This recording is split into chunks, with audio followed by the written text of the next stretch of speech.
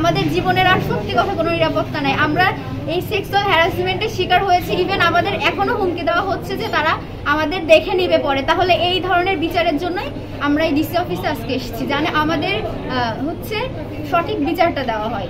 আমি এবং আমার ছোট বোন যারা আছে তারা কিন্তু কেউ দর্শনা কলেজে সেফ না, তো তাদেরকে একটা শান্তিপূর্ণ এবং নিরাপদ কলেজ প্রদানের জন্য আমরা চাচ্ছি যে এটার একটা তদন্ত হোক এবং তার একটা দৃষ্টান্তমূলক শাস্তি হোক অবশ্যই। আর এটাও চাই যে তিনি যাতে তার চাকরিচ্যুত করা হয় তাকে।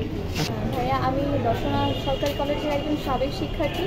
বর্তমানে ভারতে ঘটে যাওয়া মৌমিতার ঘটনা থেকে আমরা যৌন নিপীড়নমূলক আমি নিজে একটা পোস্ট দিয়েছিলাম এবং সেই পোস্টে আমি নিজে কীভাবে হয়রানি হয়েছি কলেজের শিক্ষক দ্বারা সেটার একটা পোস্ট দিয়েছিলাম। তো এটার পরে আমার সাথে ফেসবুকে যারা যুক্ত ছিল, আমার কলেজেরই ছোটো বোন এবং আমার এলাকার ছোটো বোন, তারাও সেই সকল হয়রানির সাথে মিল খুঁজে পায় এবং আমাকে নানাভাবে তারা ইনবক্স করে যে আমরাও একই ধরনের হয়রানির শিকার হয়েছি। এবং পরবর্তীতে জানা যায় আমি যে শিক্ষকের কাছ থেকে হয়রানির শিকার হয়েছিলাম তারাও সেই একই শিক্ষকের সাথে থেকে একই ধরনের হয়রানির শিকার হয়েছে। আমি যেহেতু সাবেক শিক্ষার্থী, আমি ভেবেছিলাম যে এটা আর হয়তো তিনি করেন না, কিন্তু পরবর্তীতে প্রত্যেকটা ব্যাচ থেকে যখন দেখছি যে একজন না একজন তার হয়রানির কথা বলছে, তখন আমরা ভাবলাম যে আসলে এটার বিরুদ্ধে, এটা যেহেতু একটা অন্যায়, একটা গুরুতর অন্যায়, তো এটার বিরুদ্ধে আমাদের পদক্ষেপ নেওয়া উচিত। যার কারণে আমরা সবাই মিলে একটা শান্তিপূর্ণ মানববন্ধন করতে চেয়েছিলাম এবং আমরা আমাদের কলেজ কর্তৃপক্ষের কাছে কিছু দাবি উপস্থাপন করেছিলাম। আচ্ছা, দাবি উপস্থাপনের ভিতরে প্রথমে আমাদের মেইন ফোকাস ছিল তিনি যাতে জনসম্মুখে এসে ক্ষমা চাই, কিন্তু আমরা যেটা দেখি যে তার ভিতরে আসলে মিনিমাম কোনো অনুতাপ নেই এবং তিনি তার কৃতকর্ম উপস্থাপন তো করেই না এবং তার ভিতরে কোনো অনুতাপও নেই এবং তিনি সেইভাবে কোনো ক্ষমা চায়নি। এছাড়া আমাদের বাকি যে দাবিগুলো ছিল সেগুলোও আসলে তারা মেনে নিতে চায়নি। আচ্ছা, এটা একজনই শিক্ষক এবং যতগুলা মেয়ে হয়রানির শিকার হয়েছে তারা শুধুমাত্র একজন শিক্ষকেরই নাম বলেছেন এবং হয়রানির যে আপনি প্রক্রিয়াটা দেখবেন সেটা কিন্তু একই ধরনের। তো যখন আমরা এই দাবিগুলো করলাম, কিন্তু আমরা আমাদের দাবি পূরণ, আমাদের যতটুকু চাওয়া ততটুকু আমরা যখন পাইনি, তখন আমরা এটা না মেনে বাইরে চলে এসেছিলাম। তখনই তিনি তার কিছু দালাল বা তার কিছু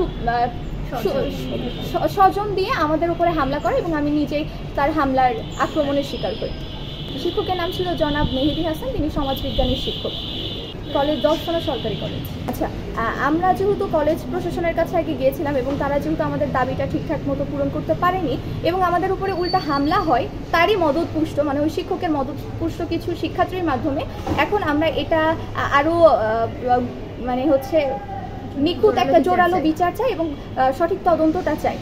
এখন আমরা এই জন্য ডিসি অফিসে এসেছি, তিনি যাতে নিরপেক্ষ একটা বিচার করেন এবং এই যে যৌন হয়রানির মতো যে অন্যায়, এটা কিন্তু খুবই গুরুতর একটা অন্যায়। এইরকম অন্যায় করে যে শিক্ষক দিনের পর দিন একটা কলেজে থেকে যাচ্ছে এবং তিনি কোনো ধরনের জবাবদিহি বা কোনো ধরনের শাস্তির সম্মুখীন হচ্ছে না, এই ধরনের শিক্ষক থেকে আমরা মনে করছি যে পরবর্তীতে নির্যাতন এবং ধর্ষণের মতো বিভিন্ন ধরনের অন্যায়ও হতে পারে। যার কারণে আমি এবং আমার ছোট বোন যারা আছে তারা কিন্তু কেউ দর্শনা কলেজে সেফ না, তো তাদেরকে একটা শান্তিপূর্ণ এবং নিরাপদ কলেজ প্রদানের জন্য আমরা চাচ্ছি যে এটার একটা তদন্ত হোক এবং তার একটা দৃষ্টান্তমূলক শাস্তি হোক অবশ্যই। আর এটাও চাই যে তিনি যাতে তার চাকরিচ্যুত করা হয় তাকে। আচ্ছা, শুরু থেকে বলি, গত কিছুদিন ধরে মৌমিতাকে নিয়ে যে একটা পোস্ট ফেসবুকে চলছিল, তার পরিপ্রেক্ষিতে আমাদের বড় আপু একটা পোস্ট দিয়েছিল এবং কিছুদিন পরে দেখি আমাদেরই ব্যাচমেট সে একটা পোস্ট দিয়েছিল যেখানে হচ্ছে সে কারোর নাম ইনডিরেক্টলি বলেনি কিংবা মেনশনও করেনি, সে জাস্ট নিজের এক্সপিরিয়েন্স থেকে কিছু কথা বলছিল। কিন্তু ওখানে আমাদেরই কিছু ফ্রেন্ড সার্কেল কিংবা হচ্ছে জুনিয়র সিনিয়র যারা এরকম হ্যারাসমেন্টের শিকার হয়েছে তারা সবাই নিজেদের কমেন্টগুলো ওখানে করছে এবং হচ্ছে আমার ফ্রেন্ডের বাসা থেকে এবং আশেপাশে যতজন মানুষ আছে তাদের দিয়ে আমাদেরকে হুমকি দেওয়া হয়েছে যে তোমরা এই ধরনের পোস্ট কেন করছো, তোমাদের কোনো এভিডেন্স নাই কি, হ্যান ত্যান অনেক বাজে বাজে কথা আমাদের বলছে। ইভেন আজকে আমরা কলেজে গেছিলাম যে হচ্ছে সুষ্ঠু নির্বাচন হবে, কোনো একটা আমাদের পক্ষে হয়ে কেউ অন্তত কথা বলুক, কিন্তু আমরা যখন বিচারের জন্য গেলাম আমাদের স্যাররাও আমাদের পক্ষে ছিলেন এবং আমরা বিপক্ষেও কিছু বলিনি, শুধুমাত্র স্যারদের মাঝে ডিসকাস হয়েছে যে হচ্ছে কি হয়েছিল।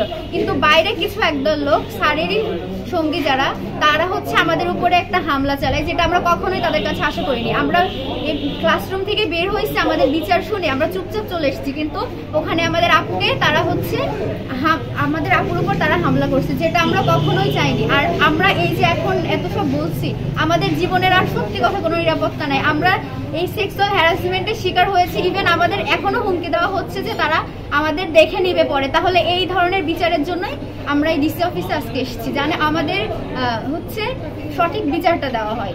এই যৌন হয়রানির সঠিক বিচার অতি দ্রুত সম্পূর্ণ করা হোক, তা না হলে আমরা কঠোর আন্দোলনের দিকে এগোবো।